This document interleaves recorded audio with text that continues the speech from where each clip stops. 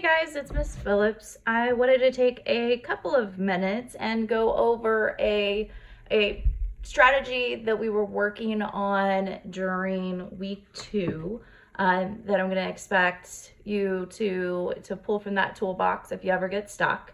So one of the things I want to talk about is today the technique we're going to be learning is the stop and jot. And the stop and jot is kind of exactly what it sounds like. It's the process of quite literally,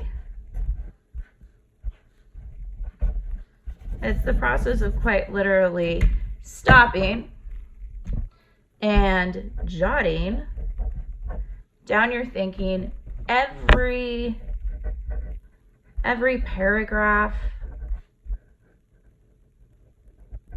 to page.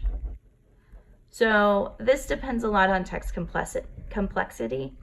The more complex a text is, the more times you're going to want to stop and the more jots you're going to have on a page.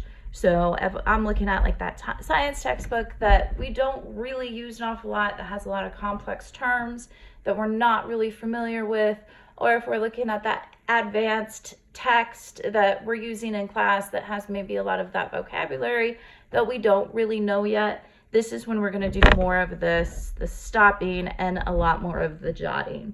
When we stop, when we're reading, we are going to stop and we're going to write down the details,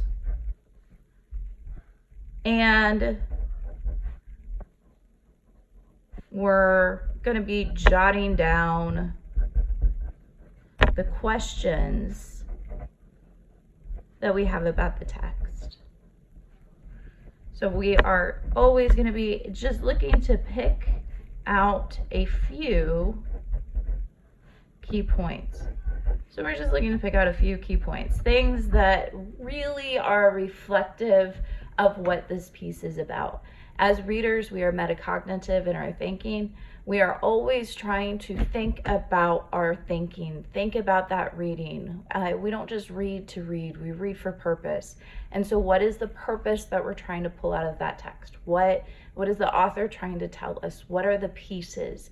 We talked last week how reading is kind of like a puzzle, and an author only gives us certain pieces of that puzzle.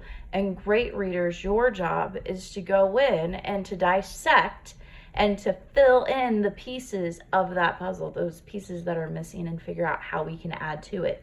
So the stop and jot is just a technique to use to help fill in those holes.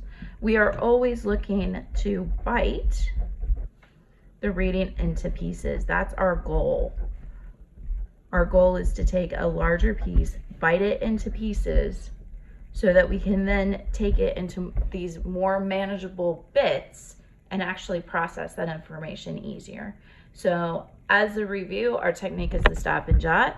The idea is that every paragraph to a page, you are going to stop and you're going to jot down some of those ideas that you have, the things that you're thinking.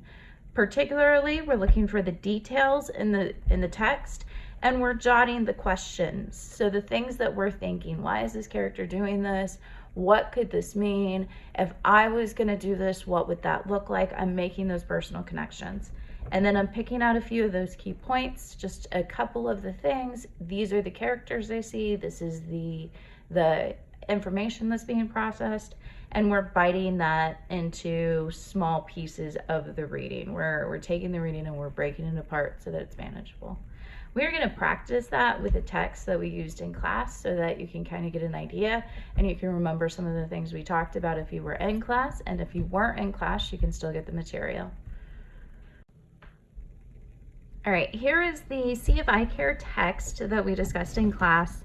We are going to try that stop and jot technique on it. We're just going to do the first couple of paragraphs. This is a narrative. It's a fiction piece, presumably. So it's not as technical as some of the nonfiction that we'll try later, but the same process can be applied to whichever type of reading that we're doing at the time, whichever type of reading you're trying to work your way through. So first, you just read it. So as I reflect in my old age on my accomplishments and the disappointments, my triumphs and regrets, I wonder if I distort the truth to ascribe a certain, shall we say, significance to events. Is it wrong to interpret events symbolically? Perhaps I have read too many books. Perhaps I long to assign order and meaning to what is mere randomness, mere chance. So if I go back and I look again, as I reflect in my old age, so I know a couple of details. First of all, I am going to use a highlighter and I'm going to highlight the people that are in here so that I know who my characters are. Right now, my character is I. It's written in that first person point of view, so it's just the one character at this moment. So as I reflect in my old age, we can say old age. Now, I can do this on the paper because I have it printed out. That's a great way to do some of the annotations and to try the stop and jot. If you don't have a printout, if it's in a book or if it's on something that you can't write on, that's okay. That's definitely okay. Just, you can use Post-it notes to do it, or maybe you want to do this in your reading journal instead. But since I can write on the text, I'm going to, and I'm going to say old age tells me, over here will be my first jot, the character thinks they are old. All right, that's my first jot. All my accomplishments and my disappointments, my triumphs and my regrets, I wonder if I distort the truth to ascribe a certain, shall we say, significance to events. So they're thinking about this. Now, as a new reader, perhaps I don't know what the word distort means. Maybe I have some questions on that. So I'm going to say distort is a word that I might need to go look up because I'm not real sure. 8th grade text, I might know that distort means that we're gonna warp something. So I wonder if I warped the truth to ascribe a certain, shall we say, significance.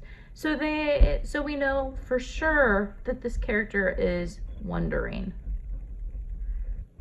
and thinking about life.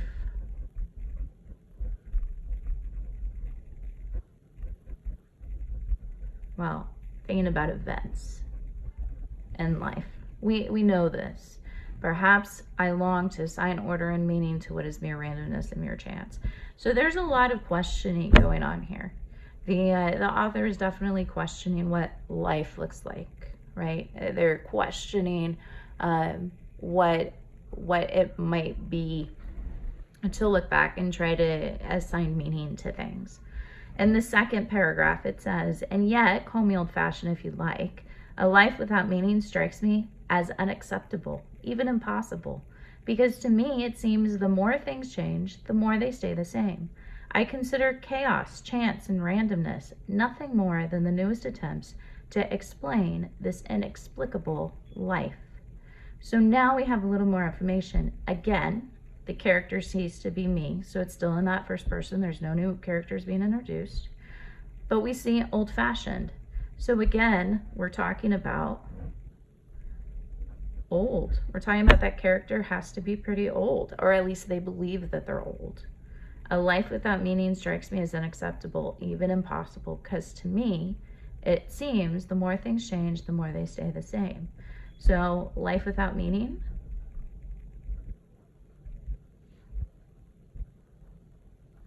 is impossible. And this is what I get. I get that they're old and that life without meaning seems impossible. I consider chaos, chance, and randomness nothing more than the newest attempts to explain this inexplicable life. So part of what I'm wondering is, I'm wondering how old this character actually is.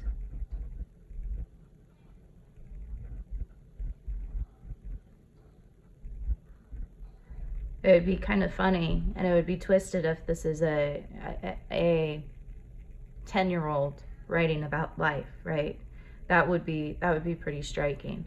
So I'm wondering how old the character is. And now that I know that the character feels as though they're quite old, I want to see if I can, at some point in the story, pull out an actual age. Is there a way to determine an actual age? What information can I later find in the text that might answer this question? Overall, I know that the character thinks that they're old.